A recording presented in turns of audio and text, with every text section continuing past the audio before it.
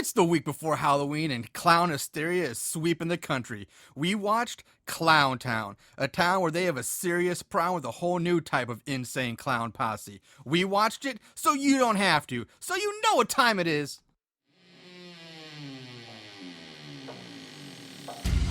Horror, so bad it's scary. Splitting up is never okay. Plot needs it.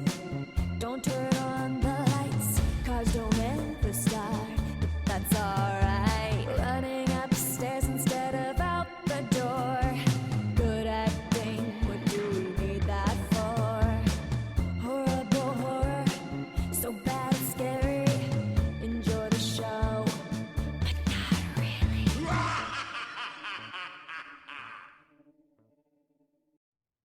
What's up, Moon Goons? Welcome to Horrible Horror, the podcast where we watch the worst of the worst in horror movies. I'm your host, Marshall Hampton. With me today is my co-host, my best friend, my buddy, my partner in crime, Mr. Aaron Southworth. Hello, everybody. How's it going? It's really close to Halloween. It is. It's the week before Halloween.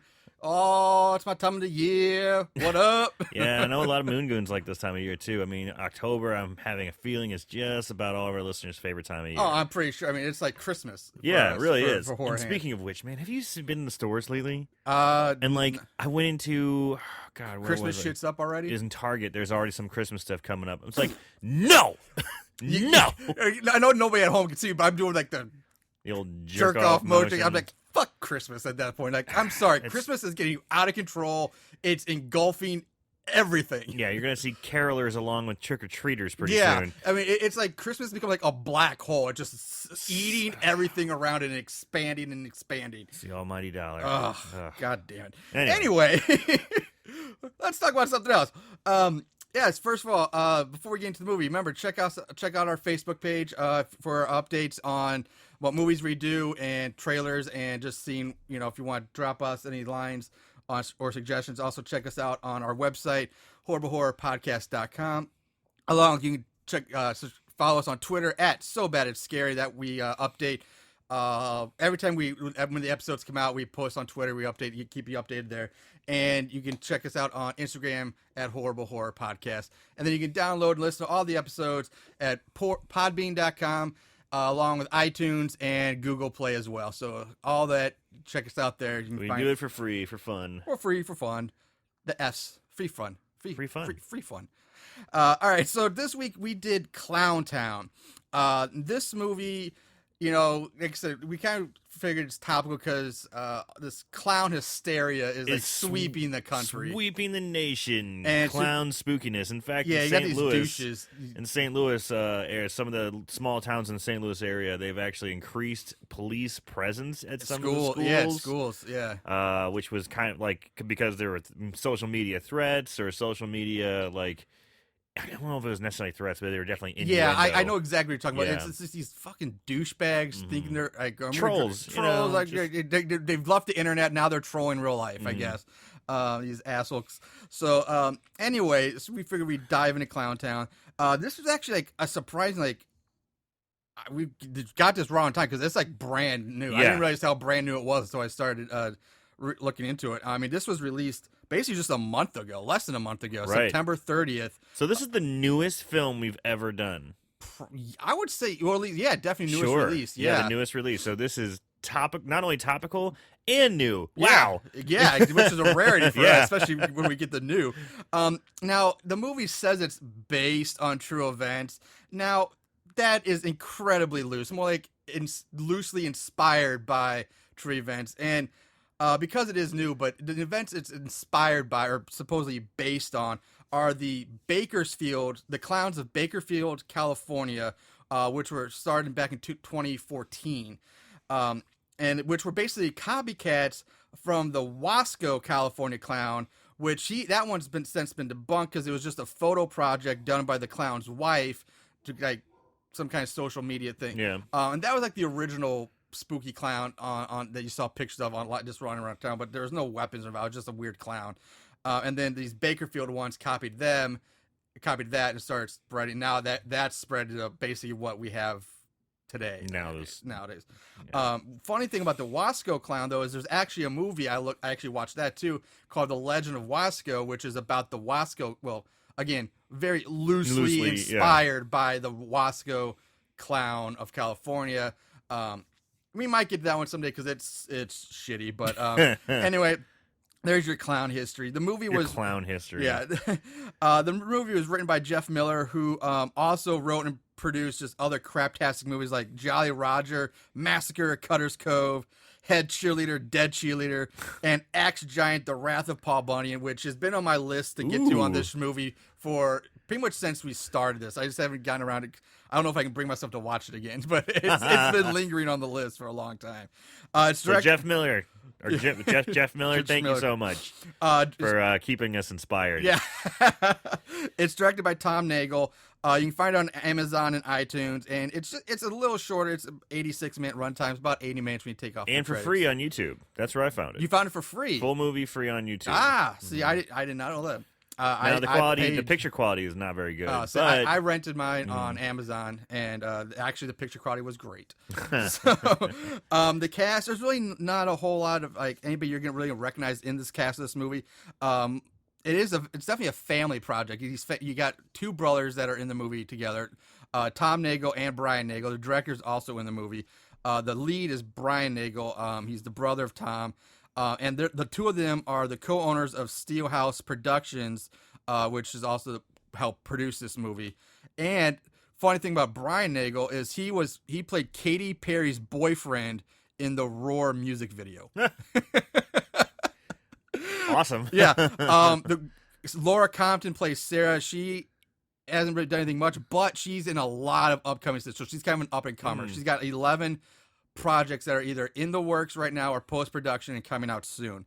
And then we have Andrew Stanton, who don't really bring this guy because he did a short film, which I really want to see based on the name of it.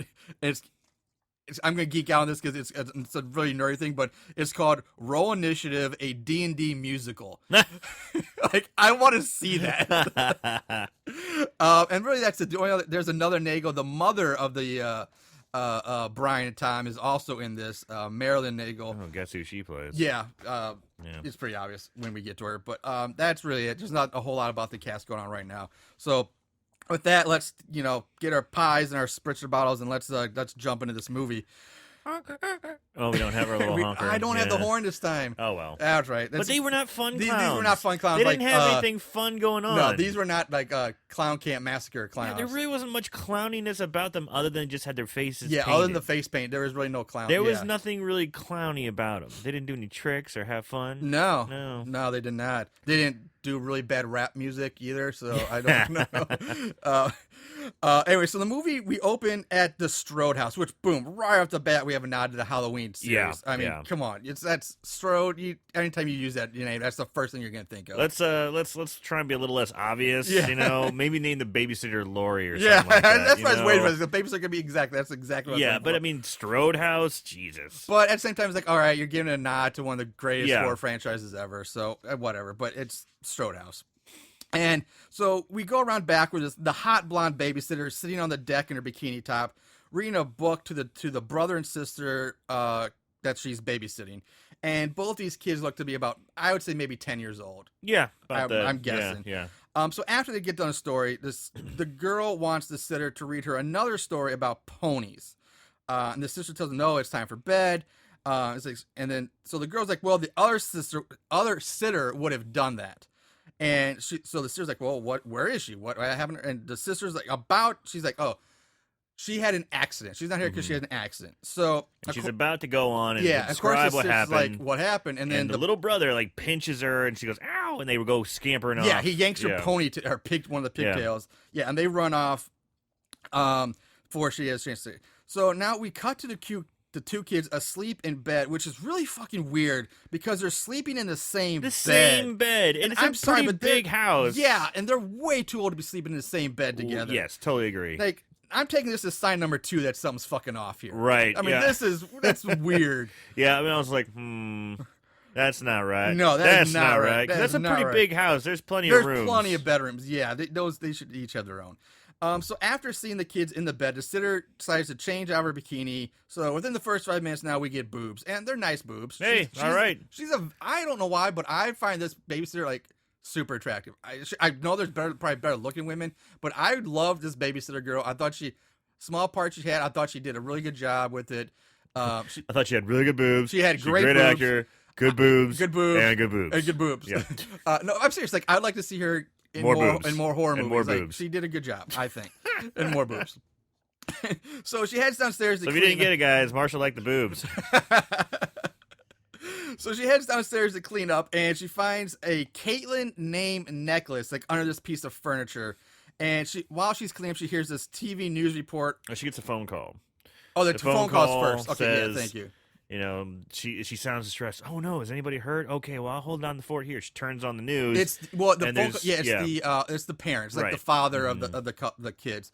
And so yeah, in the TV, she turns on, and we get this TV news report about a train derailment massive in the town train derailment that caused a massive explosion, but she turns it off, and we don't really hear much more.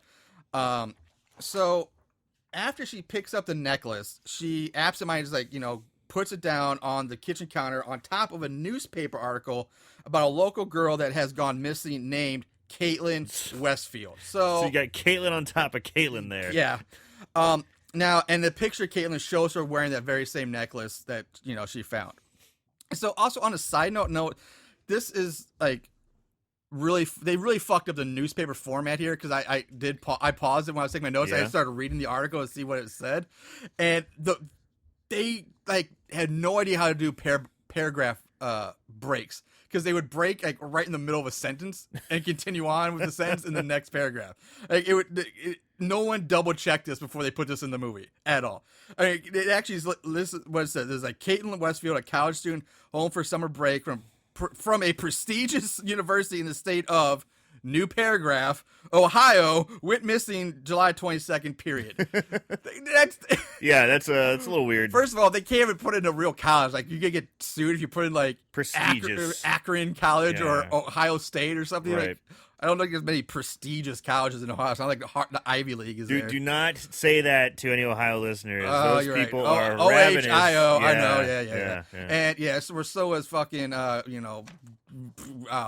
fucking Boomer Sooner and Rotite. People love their colleges. Yeah, and it's not even the first time they do it. It says authorities moved the case from a possible runaway scenario up to a missing, new paragraph, person's investigation today, period, local police, ... And it goes on. So it's like they totally fucked this up. Yeah. So she hears the sound of a door slam, and she goes to investigate, and we see a red ball like bounce down the stairs. And she picks it up. She turns around to see the boy, whose name's Ricky, dressed in a clown costume, standing behind her. So very reminiscent. Again, very Halloween-esque. Incredibly so. I mean, it's the same kind of looking clown outfit, too. I mean, not the exact same. Not the exact same. And he doesn't have the mask. He's not wearing the clown mask. Right. But it's enough that you're just like, whoa, what the fuck? Yeah, we have Strode, and now we have the kid in a clown suit. Like, it's exactly. I'm glad you picked up on that, too. Oh, totally. I mean, if you're a fan of horror, you're going to be like, yeah. So Ricky just takes off, runs past her up the stairs, and the sister checks the bedroom. The sister is named Megan. She's in bed sleeping, but Ricky is nowhere to be seen. Yeah. So she starts looking around the house for Ricky, and by the way, this house is covered in just like clown shit, like just clown decorations, clown knickknacks everywhere. Yeah, so, like little porcelain dolls, little miniaturines, porcelain dolls, maybe like a picture on the wall or something. Yeah, like that. Even the kids' bed sheets were clown sheets. Yeah. So there's clown dolls, So she hears laughter now and continues to search the house. She comes to this closed door. She slowly opens it, and right as she does, an arm wielding a meat cleaver flies into frame, chopping her in the midsection. Now, but judging by where this arm comes from, the killer would have been right next to her in this brightly lit hallway, not the dark room she just opened up. Ninja slide on over. Yeah, it's like, kind of like, huh? Yeah, like how do you not see a person with a meat cleaver like less than a foot away from you? Like, unless you have in a brightly lit hallway. Yeah, she must have like zero peripheral vision thing. Yeah. I mean, it's just bullshit.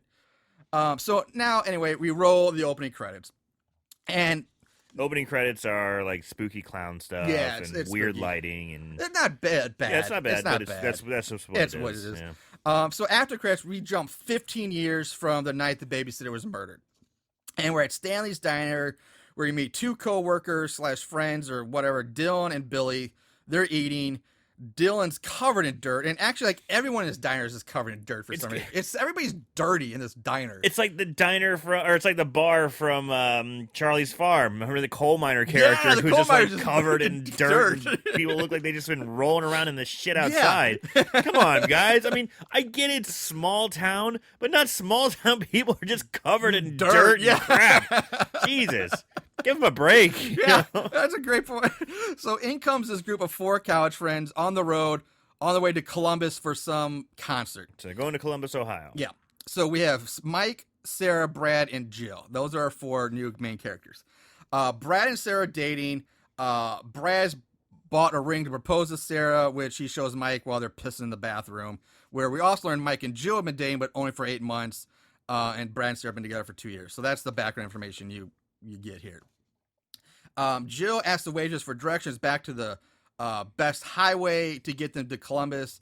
Turns out Southern Ohio is a black hole for cell service, apparently, which in 2016 is like, what? Come on. Yeah, that's This is like Death Valley or the middle of the desert. It's such a stretch. I mean, you're in Southern Ohio. Ohio is also like a very populated state. Yeah. I mean, right now the elections are going on. All people talk about is Ohio. Yeah. You know, I mean, obviously it's got major cities. It's got infrastructure. It's not a black hole. Yeah, that's bullshit too. I was like, come on. I mean, it's rural. It has rural areas. Everybody has rural areas. Fuck but I mean, me.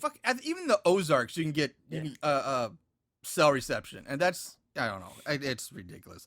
So some townie interrupts him, saying that he can get in there quicker and gives him some directions. Brad steps up to Townie after catching the Townie like staring at Sarah's tits. Townie just all of a sudden like loses all focus and looks at cleavage. Just can't take his eyes off. It's like it's like he's mesmerized. And it's not even that. Yeah, it's just like tractor beam, like Hypnotoad from Futurama or something just like that. Little beam shooting out of her tits into his eyes. He can't. He's locked in. That's no moon. So anyway, the local sheriff enters, breaks it up before it can escalate. Dirty Townie leaves. Sheriff tells him another way to get to Columbus. It's faster because it'll take him through some small towns, but it'll bypass all construction on the major highways. But the turnoff is easy to miss. So they're like, all right, cool, let's do that. And so let's try driving through a whole bunch of small towns. Yeah, yay. And so yeah, that's what happens. And we cut to the dirty boob oogling Townie walking alone down some railroad tracks. Just thinking about them titties. Just thinking about lost in the titties. As he walks past this support column for like the overpass or above bridge, a hand welding a crowbar flies out. The curved part of the crowbar punctures the Townie's neck, and he's just yanked out of frame behind the column. Not bad effects. Not bad, no. Now, go back to the 4 friends, driving down the back roads of Southern Ohio. Cue driving montage, which you always get in these movies. Yeah. And I guess they probably shelled out a few bucks for, I guess, a drone, because they had some nice above shots going by. Yeah. You know? Yeah, they did. And it's like, you can't really get stock footage of that. No. You know, I mean, it was very specific. Yeah. Same automobile and everything. So Jill now notices that her phone is missing. She freaks out. She thinks she left it at the diner, and her credit card and her ID is like in the phone case or, with it and all that. So they pull over to figure out, what do we do? Basically what happens is Sarah calls Jill's phone. Some strange man answers. She tells them that it's her friends, that she lost her phone. And the man wants to know where they are so they just go ahead and tell him. Like, this is like the worst thing. Like, where are you? Who are you? Where are you? Why do you want to know? Super creepy. Yeah, where are you? Yeah. And they're like, oh, we're right here. We're telling you exactly where. Here, why don't I just drop a pin for you? Yeah. Bing. I mean, Jesus Christ. Yeah, so they're like, oh, we're on Route 37. And the man tells like, hey, okay, we'll meet at the corner of 5th and Main and the next small town they run into.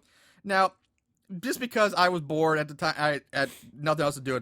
I did some research on this. Side note, on Route 37, There is a Route 37 in Ohio, but it is not in southern Ohio. It's in mid to northern Ohio.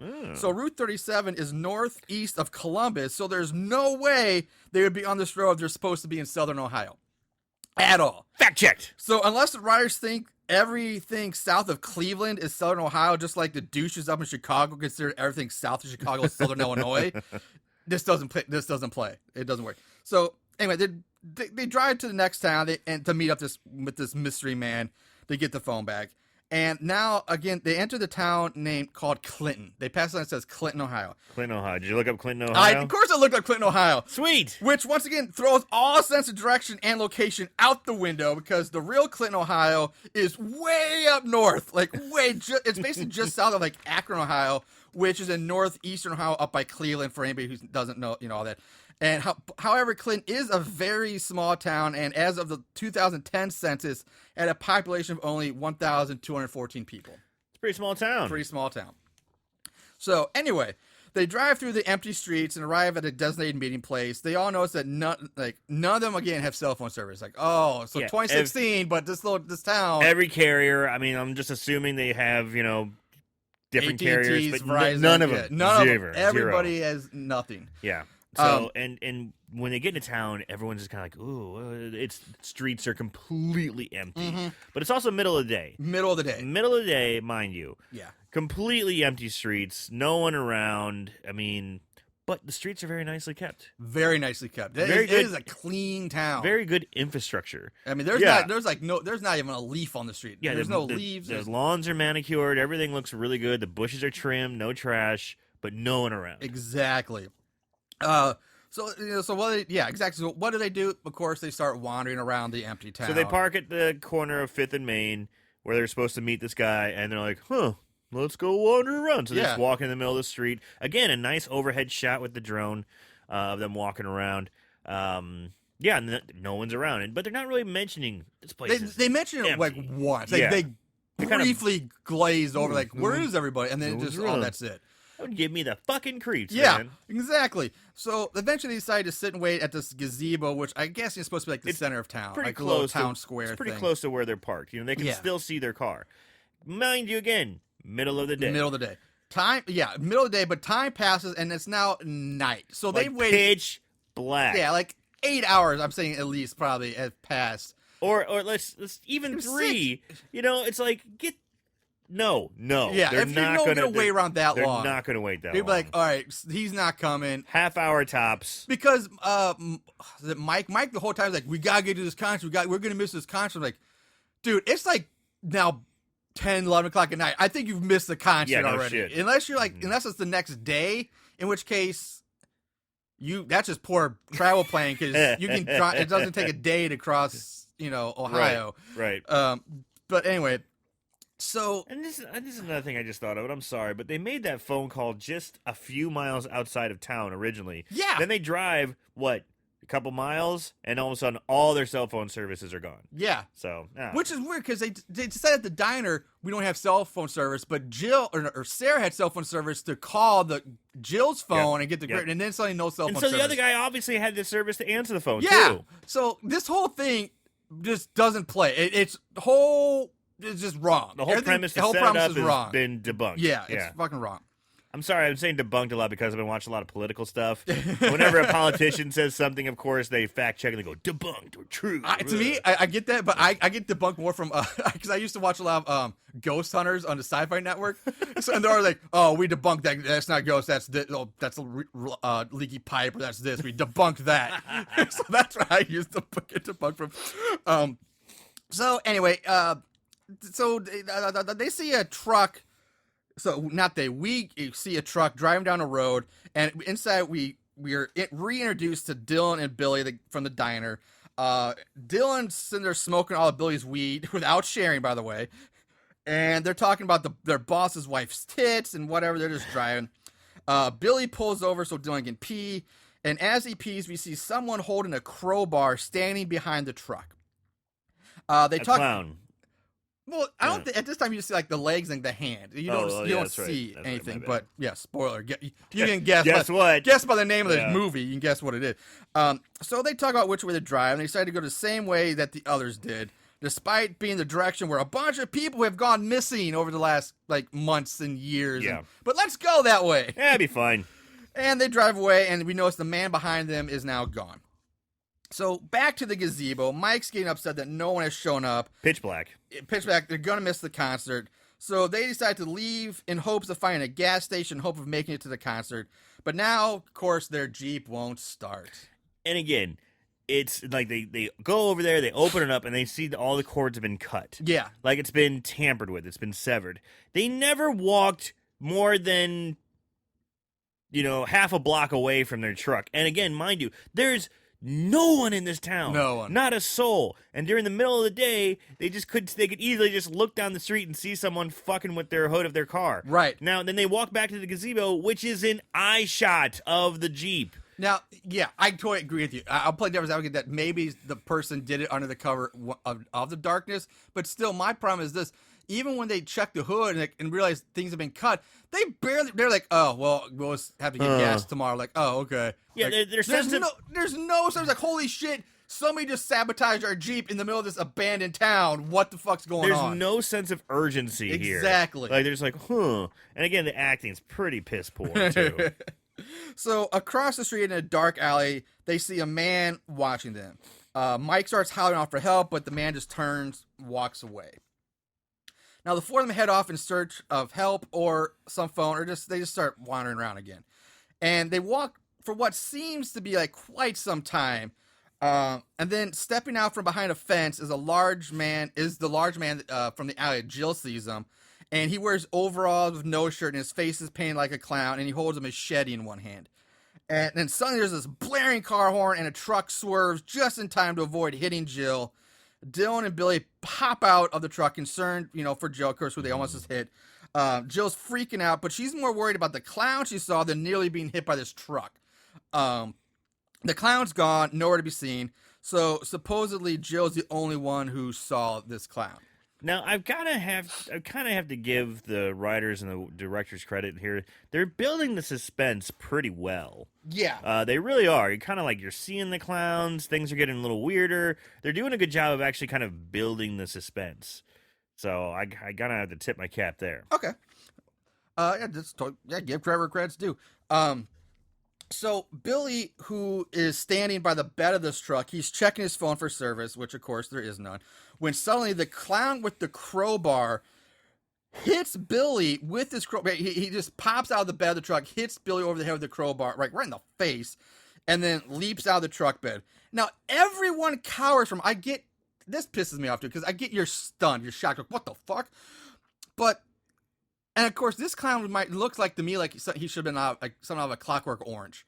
Did you get that? Very good description. Yeah, he's got black slacks, white shirt, suspenders. So he's kind of got he's got black and white face paint. He's more like mime face paint. Than definitely very mime. But and he's got black hair. To me just looks like that he should be drinking milk at Clockwork Orange or something. He's very mimey. Yeah. Yeah.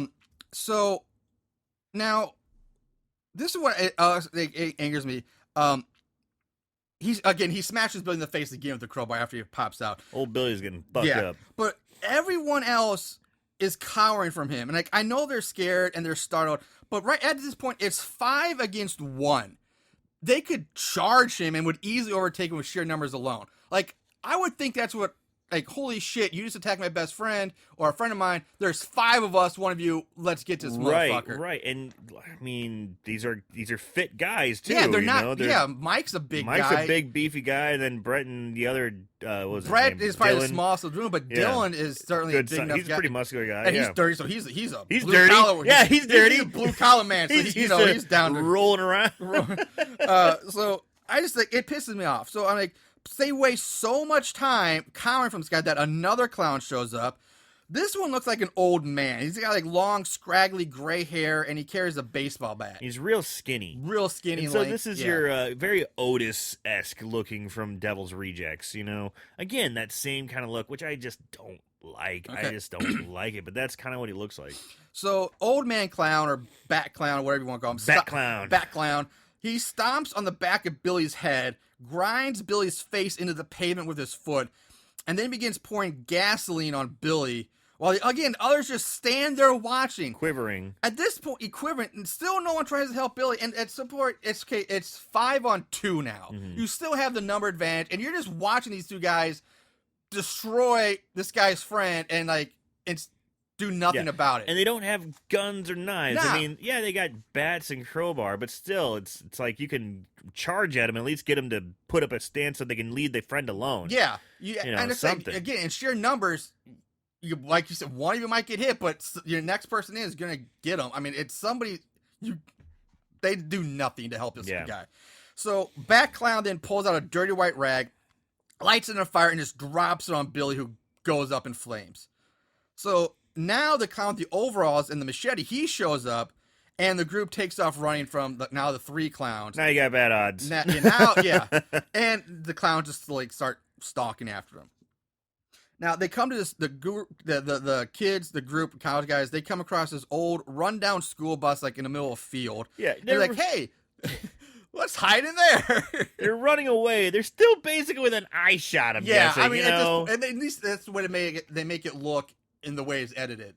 They don't look like they're that far ahead. I mean, it's just, come on. I mean, they hide, then they jump into the old abandoned bus. Yeah. And they just kind of hunker down and you know, stay quiet. Yeah, I mean, the bus is gone. I mean, there's no seats or anything. It's just a shell. And so, again, after a few minutes of what's supposed to be, like, suspenseful scene of which the clown in the overalls is, like, looking around the bus and through the windows. This is why all the jobs are leaving Ohio. Is because no one's putting in their fucking work. He looks through. If that son of a bitch just would have looked inside. Yeah. Like, opened the door and walked in and the looked. door that was not even there. There wasn't even a door on the bus. Just walk in and look in, just glance in. You'd see all your prey. Yeah. You know, but no. He just walks around the outside.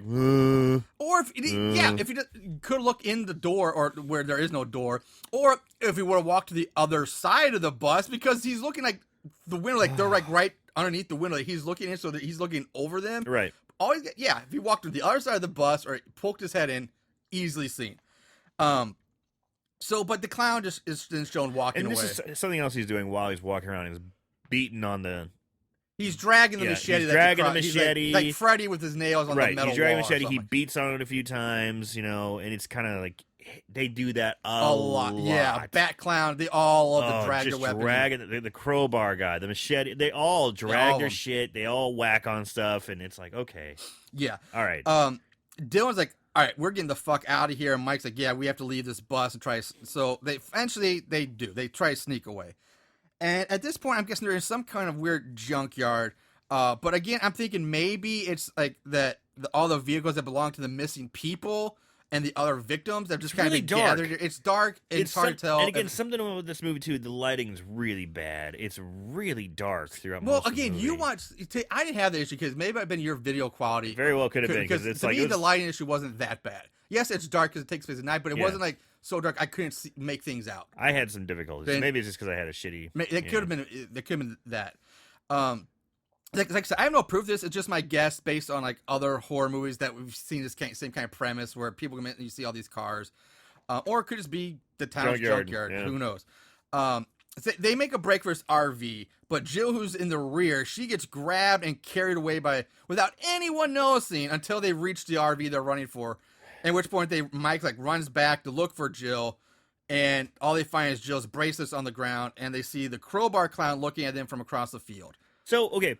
It's not Crowbar Clown that grabbed her. Right. It's not... Which one was it? I mean, these guys are so stealthy and... They're ninjas. And the guy in the overalls is not a small man. No, he's a big, beefy, fat... Yeah. He's like fat muscle, you know, like almost sumo-esque. Yes. So, again, they run and hide for one of the RVs. And now we get to pretty much the exact same scene from the bus, only this time they're in an RV. Yeah, it's the exact same thing. Like instead of Machete Clown, it's a Bat Clown lurking around. And he's dragging his bat across, and he starts beating on it. Yeah. But this time, the Bat Clown smashes out one of the windows, shattering it, causes Sarah to scream. Now the clowns kind of surround the RV and start beating on it with their weapons, shattering all the windows. And then this old man just appears. He reaches through a window, grabs Brad on the shoulder, and says, follow me. Come with this me. old fucking poem comes out of nowhere. Come with me if you want to live. Yeah.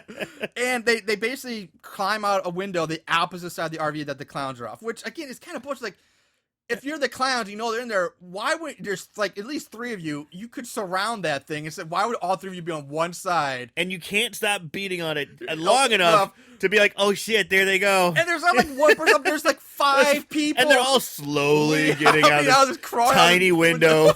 It's a small window that like Mike barely gets out of it because he's kind of big. It's like, Jesus Christ. Yeah, and there's like the clowns like don't even. Yeah, it's like what. Just Come again, on. Right there, guys.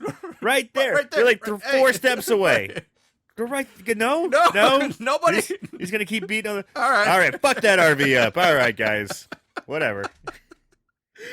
I thought this. Oh god, I thought the same thing. So this old man leads him to like his hiding place, his / lair, and It's like in a warehouse. It's an old abandoned warehouse, and he introduces himself as Frank, and he tells him that he has no car, no phone, and he gets a little worked up when they say they want to call the cops. He's like, no cops. And like, so he's like insisting on no cops, which is a little weird.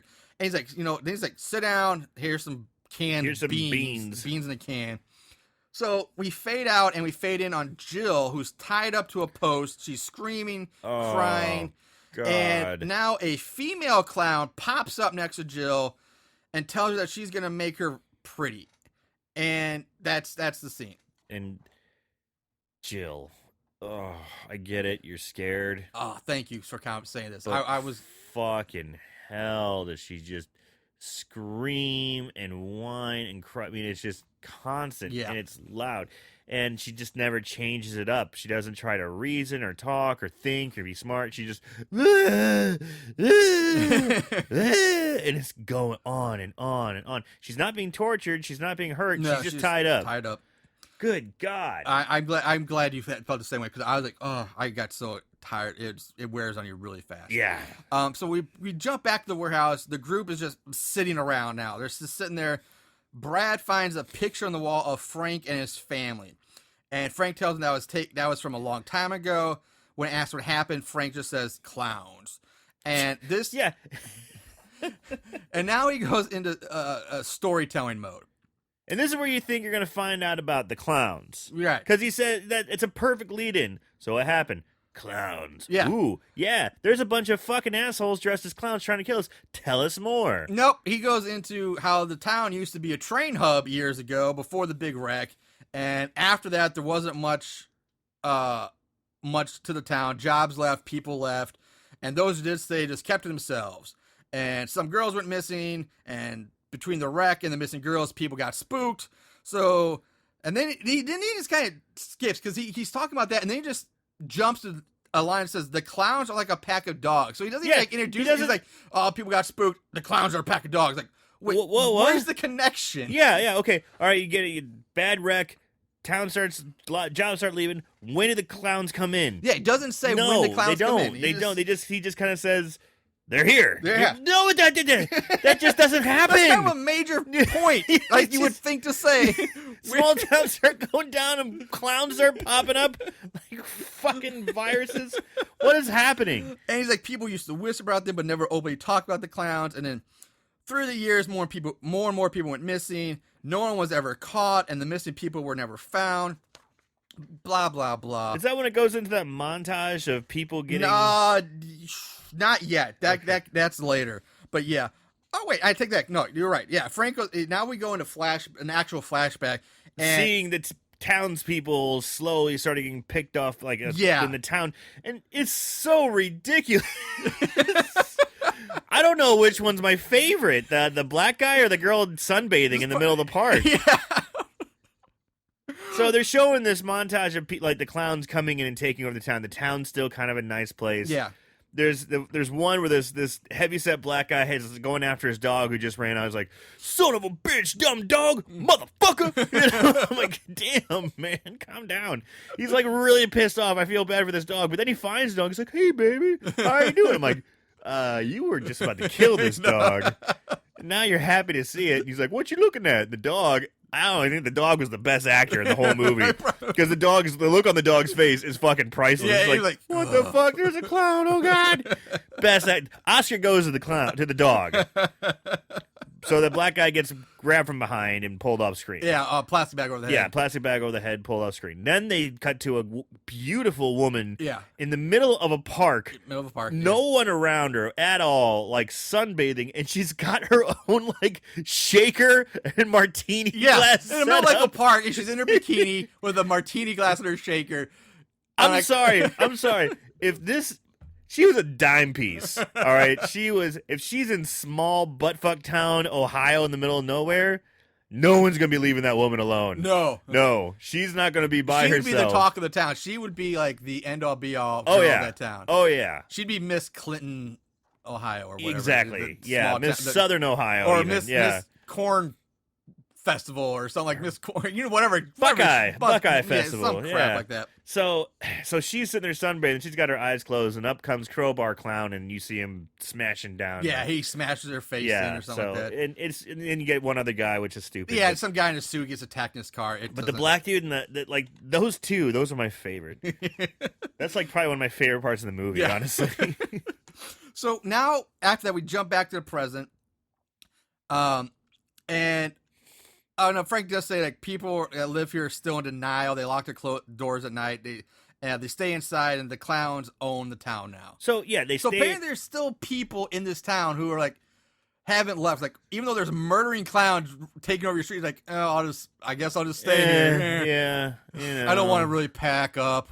Moving's such a bitch. Hey, I just moved, man. I might have to like seriously debate it myself. You're like, oh god, that move was a bitch. Oh god. So yeah, and they also said it's at night. At night. But that montage they just showed, all those fucks were killed during the day. Yeah, broad daylight. All of them were killed right in the middle of the day. It's like, come on, guys, get it right. So, yeah, back to present. Dylan says he's heard rumors of clowns in this town, but thought it was bullshit to scare people, and that it all started with one crazy, messed up family.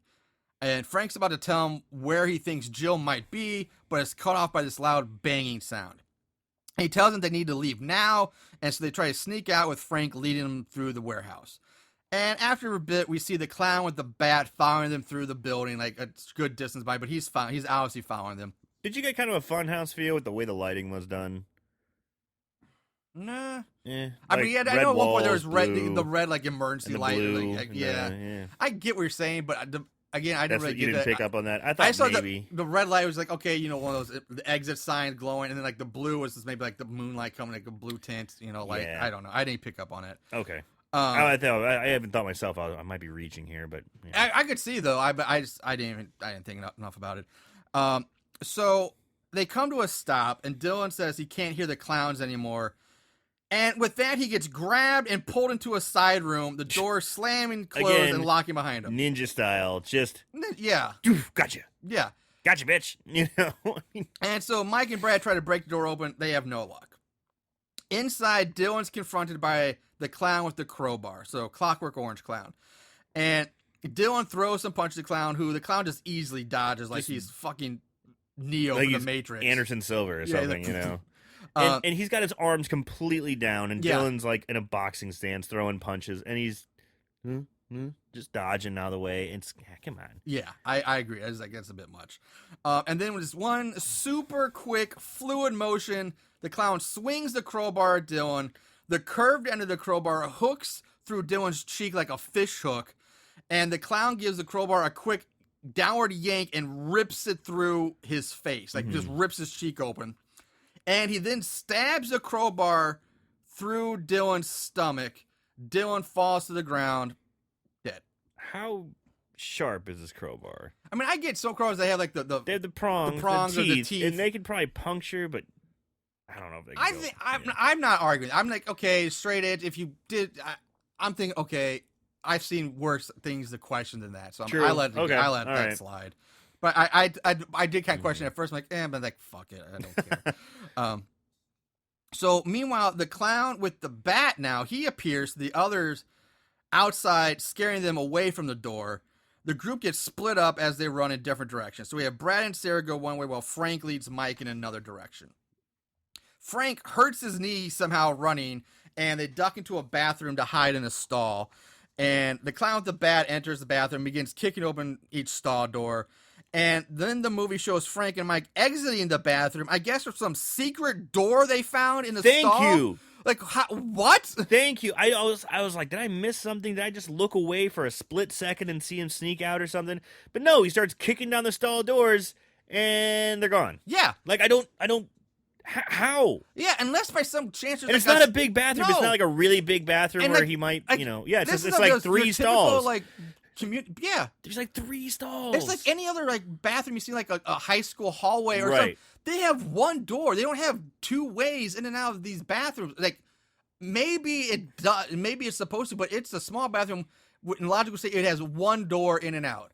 Like, I agree. It's like they just made some secret door in the stall and they hit. I don't know. It was bullshit. And again, another thing, numbers again, 2 against 1. 2 against 1. He's Although Frank has a bad knee. No. But still, Jesus, Mike, Frank, just sit on him or something. Mike could still get the jump on. Like, they could, like, ambush. Like, they could honestly put Frank, like, a cower in the corner, and then the back guy come up and Mike jump from behind. I like how we're all so strategic about this. Like, we were like, oh, we do this. We're so cool. We would do it. Yeah. No, but I agree. It's like when you have the numbers advantage, go on the offensive. So anyway,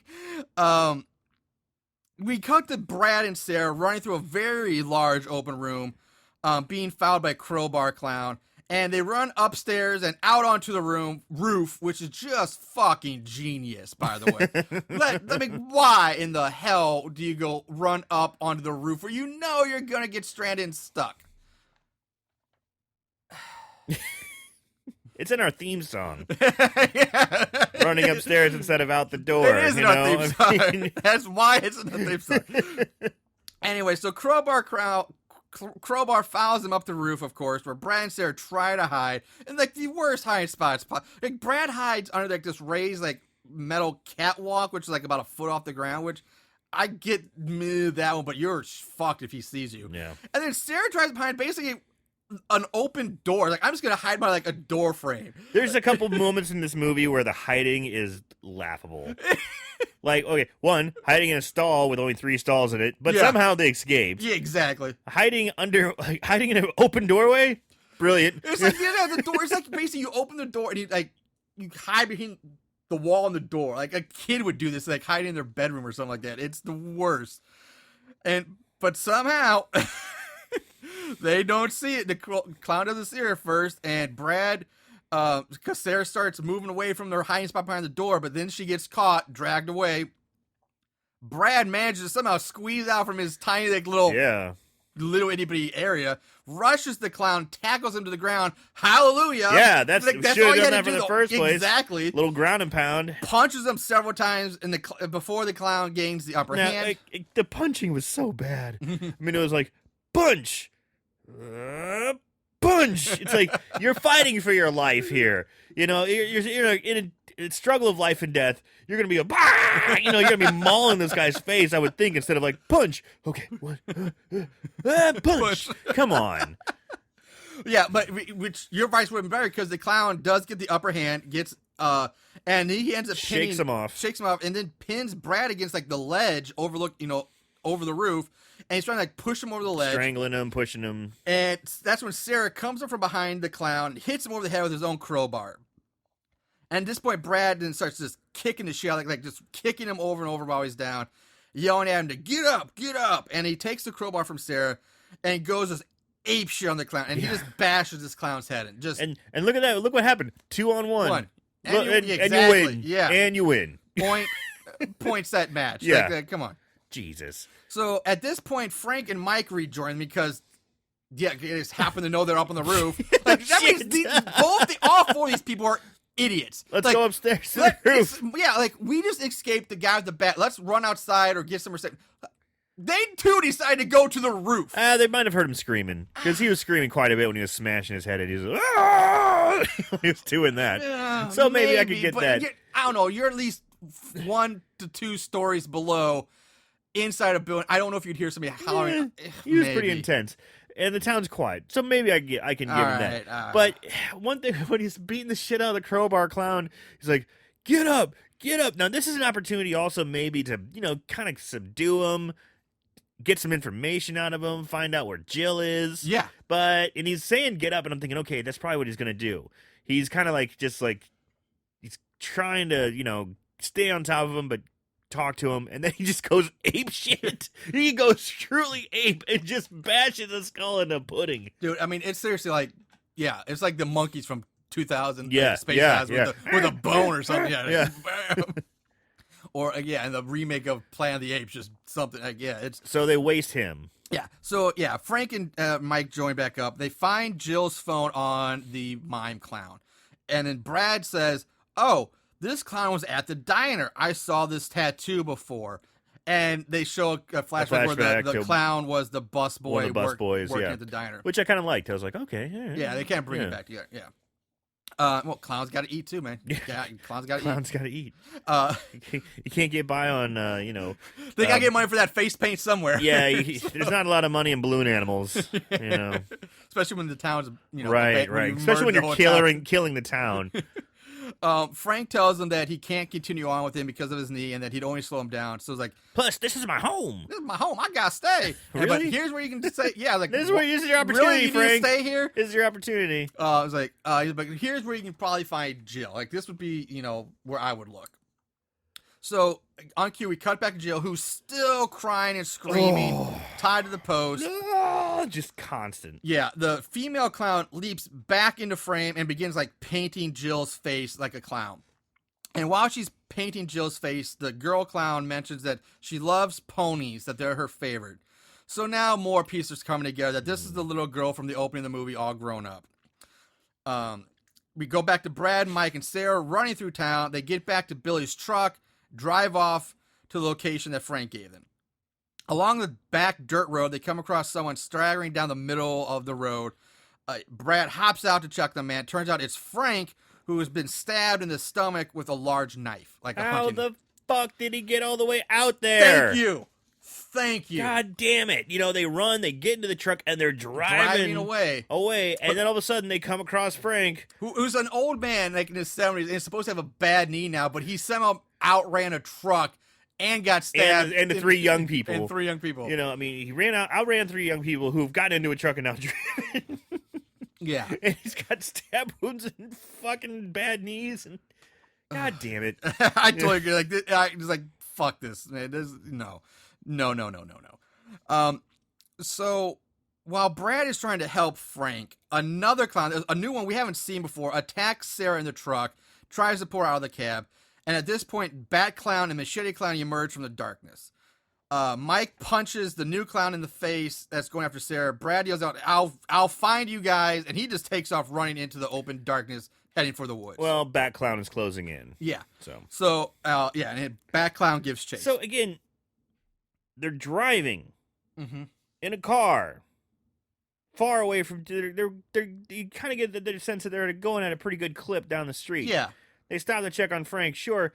And then these fucking guys appear all out of nowhere again. Just boop, they're there. I have major problems with this stuff too. Like what do you call it? The teleportation, or right? Just how people are getting around. Like it's just they're not Jason, not supernatural. They're just fucking psychos, assholes with face paint. Yeah, it's like I totally had problems with that.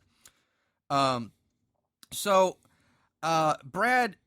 Yeah, he's running through the woods. He exits the wood, and he's shown running past the mailbox with the name Strode on. So we're back to the Strode house again. And he notices that one of the homes has lights on, so he knocks on the door, begging for help. He enters the house, the Strode house, to find an old woman in a rocking chair. He begs her for help, and he tells her about the killings. She just snaps at him and yells at him for being out this late at night because it's dangerous to play outside this late at night. He asks her for a car. She's like, no, I don't have a car. And man, his acting is so bad. Yeah. It's so bad. I was driving over here. While I was driving, I was just listening to the movie again on my phone. And it's like she's kind of, you can tell she's acting. She's trying to create the scene, and he's just fucking reading off a card. He's like, she's like, my son will be back. He'll help you. Oh, your son? That's great. So, when will he be back? Yeah. It's like, Jesus. Exactly. Thanks for bringing up the son, because she goes like, my son brings me everything I need. Like and she's like, you should stay here with me because my son will be here soon. Your son? That's great. Can I have a car? So we crossfade now to Mike and Sarah running through a park. They stop to catch their breath at the playground. They argue over what to do. It's pointless. Nothing happened. And we go right back to Brad talking to the old woman about the missing girls from Frank's story. And the woman says that the story has it that the girls were sticking their noses in where they don't belong. And then she rambles on about how a mom has to protect her son and how son needs to protect her mama and blah, blah, blah.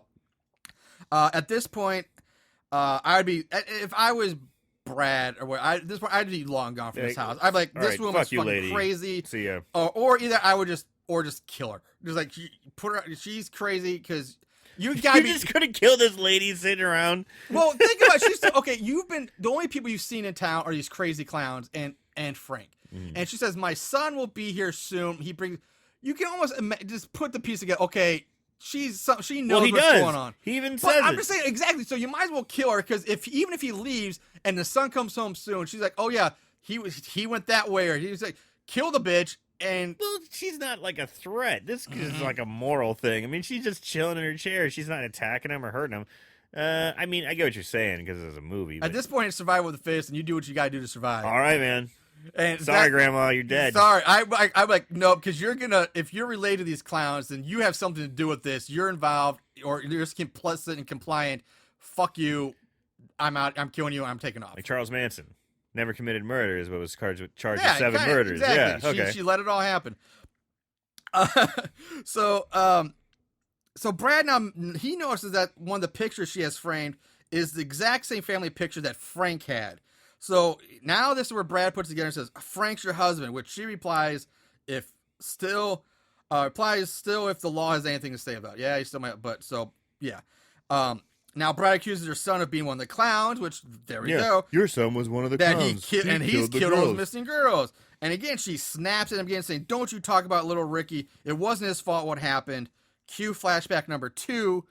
Where we see the babysitter getting killed. The girl in the hallway. The girl in the hallway. Of the movie. Getting killed while little Ricky and Megan watch and laugh as blood splatters on their faces. The camera reveals to show the mother holding the meat cleaver walking away from the babysitter. Hacking up the babysitter. So she deserves to die too. She did kill the babysitter. All right, you got me. You got me. So we go back to the present, which I don't understand. I do not get the logic behind why the mom snapped and kills the babysitter. So the mom is the killer from the past. Like the disappearing girls, it's the mom apparently. The mom killed a babysitter. Mom killed another babysitter. Why is she hiring a babysitter if she's there with her kids? Yeah, exactly. Like that's the other thing. Like, why is she like if the dad's out saying I'm gonna be home late, but the mom's there? Like, why? This whole thing just loses all logic to me. Well, I mean, she could be hiding and bringing in babysitters. But the thing is, also, Frank would be coming home and like, oh my fucking God, my wife's crazy. She's manipulating my kids. Yeah. They're crazy. Peace. I'm out. I'm taking these kids and we're leaving. Or no, but Frank obviously does nothing. Really. He just becomes a bum. He just becomes a bum. So everybody in this movie is just awful people. Yeah. Just shitty people. So back to the present, Brad says that's why Frank left you because of what happened. Well, yeah, no shit. So the mother's rambling on about the mom has the strongest bonds than the father, and the mother always has to protect her son no matter what. Dog barks outside as the bat clown is shown walking up to the house and entering through the front door. When the clown enters the living room, Brad's gone, and he's shown sneaking around the outside of the house as the clown kisses the mother on the head. The mother slaps the clown, calling him stupid for some reason. You're stupid. Damn. And saying, you don't want to disappoint mommy, now do you? And again, I also want to say, I have another problem with this being, if this is supposed to be Ricky, I have major problems with this because one, Ricky was a chubby kid. Not saying he can't lose weight as he gets older, but two, this clown looks like he's about 50 years old. Like, he looks so old. Ricky was a chunker. Yeah. Okay? If anyone, he's going to be that clown in the overalls with the machete. Yeah. Or possibly crowbar. Just possibly, because we see the girl clown who's in her 20s. He's in her 20s because it's 15 years, and they're both. So they're both in their 20s, early to mid 20s, and this clown is supposed to be Ricky with the long. He's like balding on top with long gray hair, stringy hair. He's there's no way that would be Ricky. Like just age-wise and physically just does not match up. Exactly. So, anyway, so the clown leaves and Brad follows him. He trails him. And we go back to Mike and Sarah running through town. So they make it back to the gazebo, and they spot a garbage truck driving down the road. Well, I told you this town was in good shape. It was. You know? So, I mean, they keep up with the garbage trucks. The clowns are doing a great job of like just maintaining the town. Sure, they kill anyone that comes into it, but pristine. But they have pride. Pristine lawns. Cleanliness next to godliness. That gazebo looks fantastic. It doesn't look like it's been fresh paint on it. Sure, I guess. Yeah. So the truck comes to a stop, and Machete Clown gets out along with the clown in a top hat that attacked Sarah in the truck. Carrying an axe. Fat guy. Yeah. Now, first of all, the clown in the top hat has an axe, like I said, but again, the word clown can barely be used describing. So loose. I mean, the one that really has the clown look, I guess, is Bat and Crowbar. And then there's the fat overall one. He just has his face painted like one, but he's wearing overalls. Yeah, I mean, he's got the most clown-like painted face. He's frowny clown. But this guy, he's basically just a fat guy in a red flannel shirt with a top hat, and I think maybe a red painted nose, a little bit of makeup on, red cheeks or something. Like there's barely anything on him. Like the makeup crew got real lazy with this guy. So Sarah was like, "Hey, we need to steal that garbage truck and use it to escape." So again, when the garbage truck pulls up and they're standing there, they're standing. I mean, they're within perfect eye shot. And they're standing against a white brick wall with nothing around them. Yeah. And they're like, oh, stop. Oh, wait. The clowns get off. All they have to do is look over. Just glance. I didn't know if maybe they were like they were behind the peek around the corner of it. It was just they didn't get down or lay down if you're completely exposed. Yeah. But he's like, oh, don't move. What are they, fucking T-Rexes? Yeah, like, they all have to see movement. Jesus. So they sneak up to the truck, and right as Sarah's about to get into the driver's seat, Mike gets grabbed and yanked from behind the truck out of view. We've seen this happen now 3 times. Yeah. This is the 3rd time. They like to go to this keep well. going back to the well of snatching people out of nowhere, dragging their weapons. Well, I guess if it ain't broke, don't fix it. Well. But blackout, fade in on Jill, still screaming and crying. Ugh. Next to her is a body. So we're back to where Jill's being held. Yeah, she's now, there's another body covered like an old sack or a sheet or something next to her, and across from her is another body sitting in a chair, also covered by a tarp or sack or something. Machete Clown enters, pulls the covering off the body next to Jill to reveal Sarah, then walks over to the other body, uncovers it to reveal an unconscious Mike tied to the chair.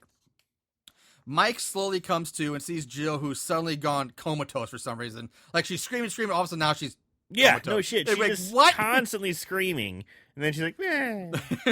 Like she just pooped, like she ran out of batteries. Yeah, exactly. The clown in the top hat sits nearby as Mike begins yelling at him to let him go. Let me go, let me go. Yeah, and now for the surprise. The sheriff walks up, hits Mike with his like mag light flashlight or something, and orders him to shut up. Mike, and the hit causes Mike to fall to the ground. So the sheriff from the diner is in on it. Yep. The sheriff kneels down in front of Jill, and she now she starts screaming she's back again. And she's screaming again. Just God damn it, shut the fuck up. Yeah, he orders Machete Clown and Top Hat Clown to shut her up. At this time, Bat Clown walks up, stands in front of Jill, and he reels back his bat. Like fucking Mark McGuire. I actually put Pujols in my notes. Okay. Like Pujols hitting a home run and just cracks her across the face with this thing. Just boom. One hit kills. She's dead. Thank God. Yeah. Sorry, Jill, but you were fucking annoying. Sarah screams as... Now there's a new one. Damn it. God. Sarah screams as the sheriff says he wanted her to shut up, not killed. And then how is he supposed to cover this up now? What's wrong with you guys? How are you supposed to cover this up? Apparently you've been covering this up for quite some time pretty fucking well. Yeah. I don't think 3 more bodies are going to put a dent in it. Pretty good job of keeping this town on lockdown. You've got this down to a science now. Yeah. So Machete Clown picks up Jill's body, carries it off while Girl Clown skips behind him.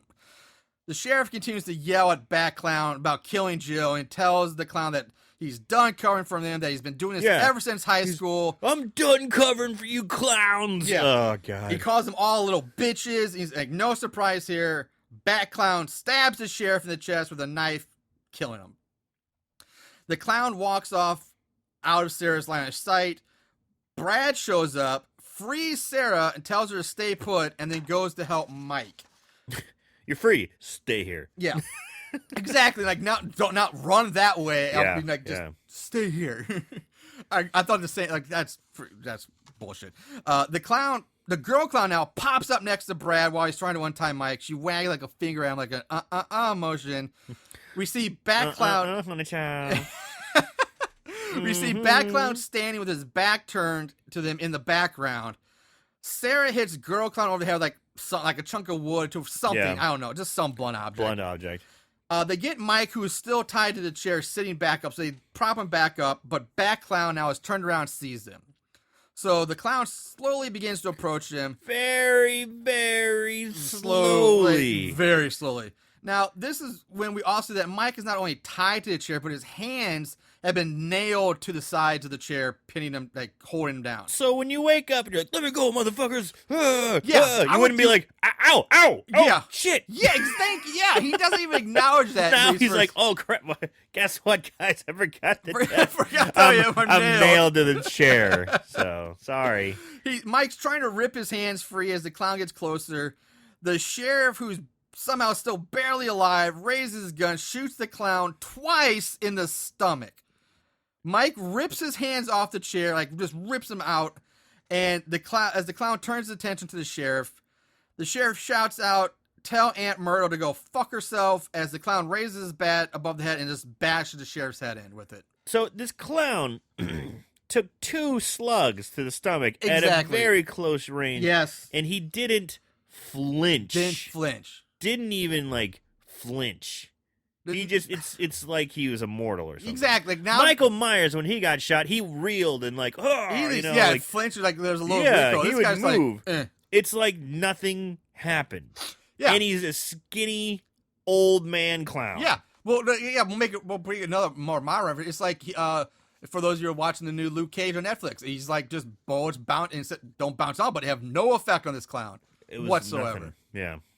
And so apparently they're cousins or something, obviously, and who knows.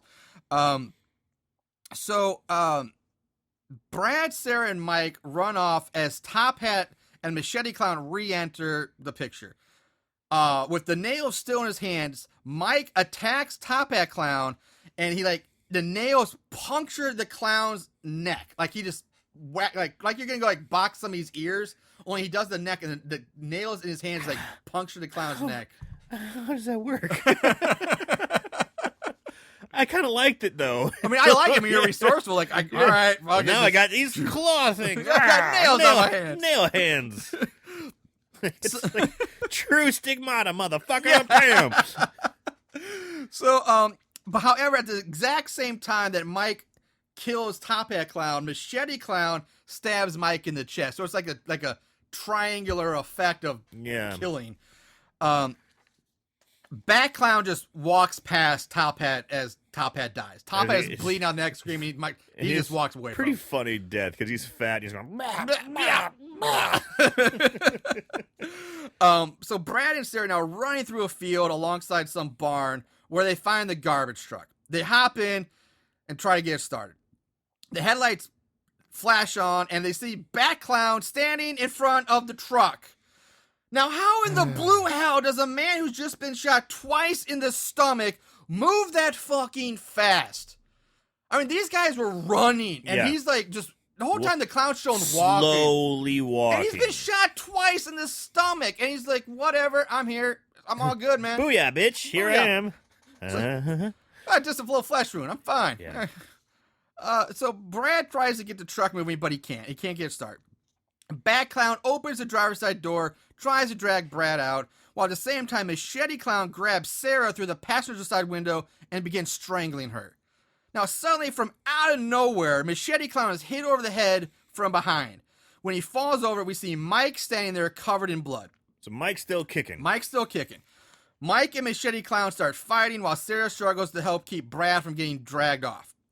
Brad's finally able to kick Bat Clown off him while Mike beats Machete Clown down, just beats him into the back of the garbage truck, and just like Shredder from the intros, hits that compacting switch and crushes the clown. And he falls, but he barely, he's falling down, and he manages to like hit the switch right as he falls down, face first. Mike dies. Machete Clown is compacted, crunched to death, dies screaming, blood spurting out of the back. Brad gets the truck started, hits the gas, blackout. Lights up on the garbage truck, driving down the rural road.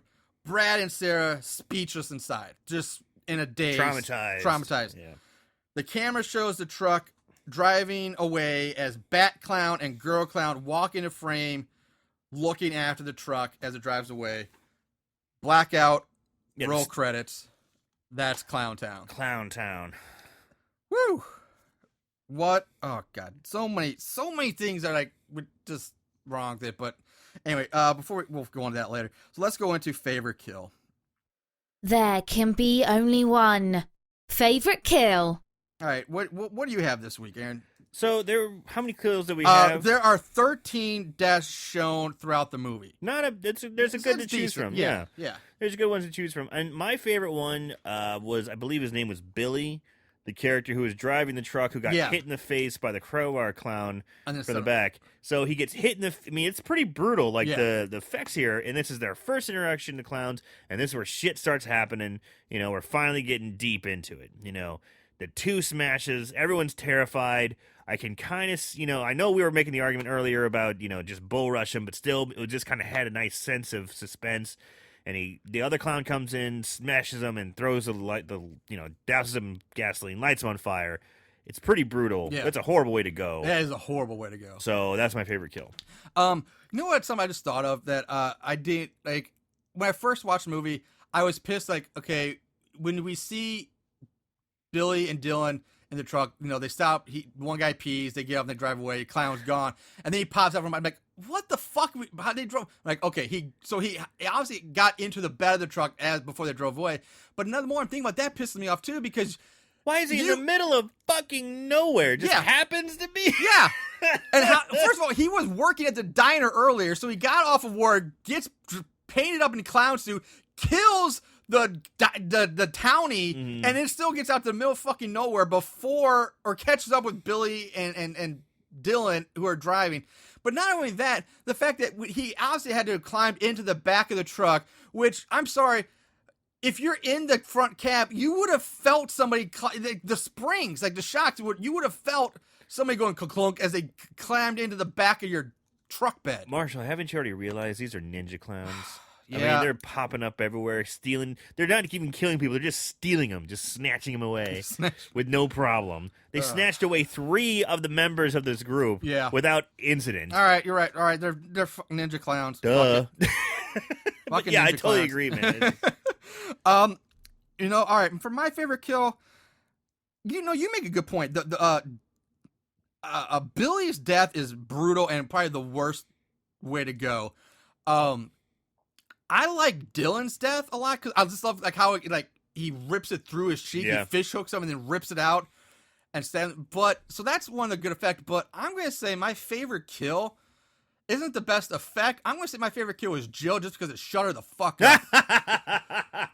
It just shut her up. Oh, it's yeah, so I sick know, of Jill. I know, and it's so fast and there's nothing to it, but it's like, oh, thank you. Thank you. It's like hitting the snooze button. It's like my ears can stop bleeding from the screaming now. It's like you're trying to reach, you're trying to desperately slap at the snooze button. You're like, oh, God.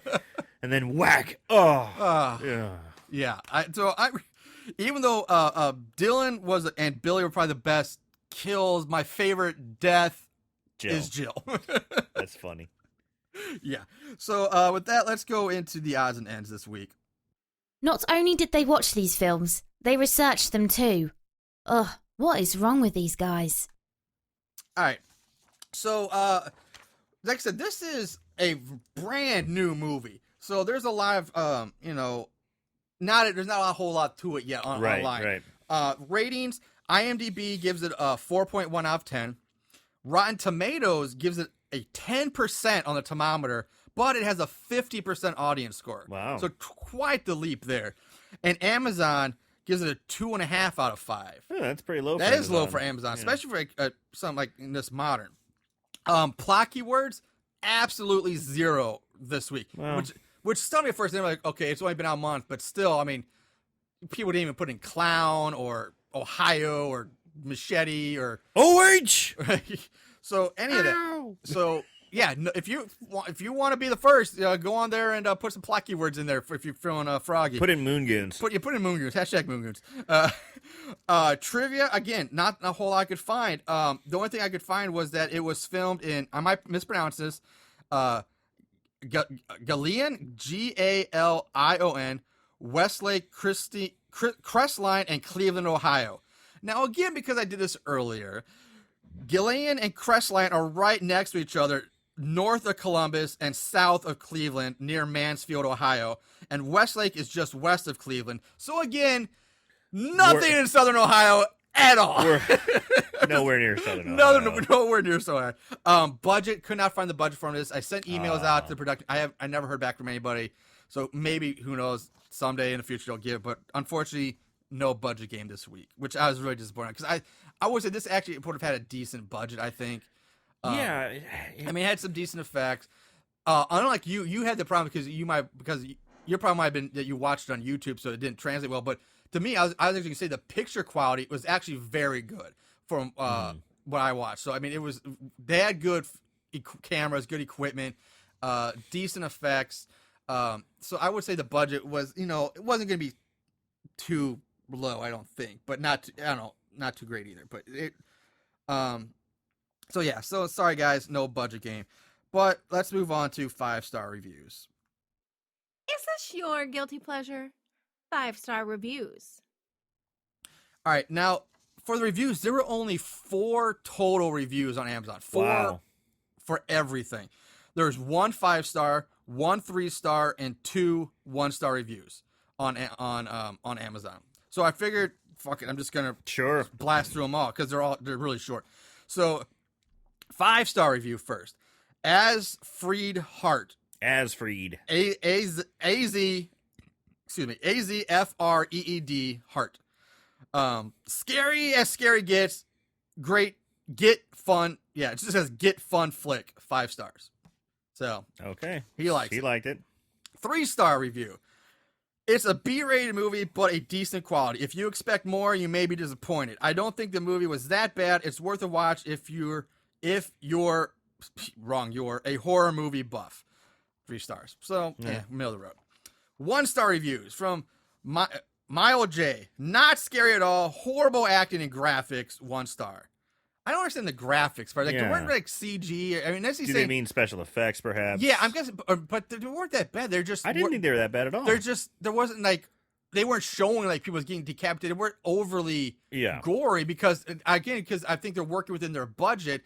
And to that effect, I think they did a good job. They worked within their limits. They made it look good with what they had. So, from Mickey Gibbs, horrible movie. I was expecting it to be bad because it's a B movie with an unknown production company, but it was very bad. Acting was okay. 1 star. I have completely opposite. I thought the production was okay, and I thought the acting was horrible. Yeah. And now this one this is one I pulled off of IMDb. This is from Frantic Phil, titled "Clowns Deserve Better Than This." This movie is utter trash, pure and simple. I could go on about the atrocious acting, mediocre gore, run-of-the-mill baddies, and so on and so forth. But instead, I'm going to tell you this: stay away from this trash. I do love myself a good clown movie. Clowns have this mix of always smiling, yet at the same time emotionless type of thing. These clowns all lack that. Some people go for this flick because of the nudity, which again, it is there, but in this movie you end up feeling like tits? Whatever. Unless you are a teenage boy, you are going to roll your eyes and fast forward to the next scene to avoid acting that is. Do yourself a favor, look elsewhere. 1 star. Now, first of all, there's only one. It's not a nudity-filled movie. There's one. No, there's one scene with at boobs. the very beginning, and to say you're gonna fast forward that because of the acting. First of all, the girl's not even talking when she's changed, so there's no act. She's just changing clothes.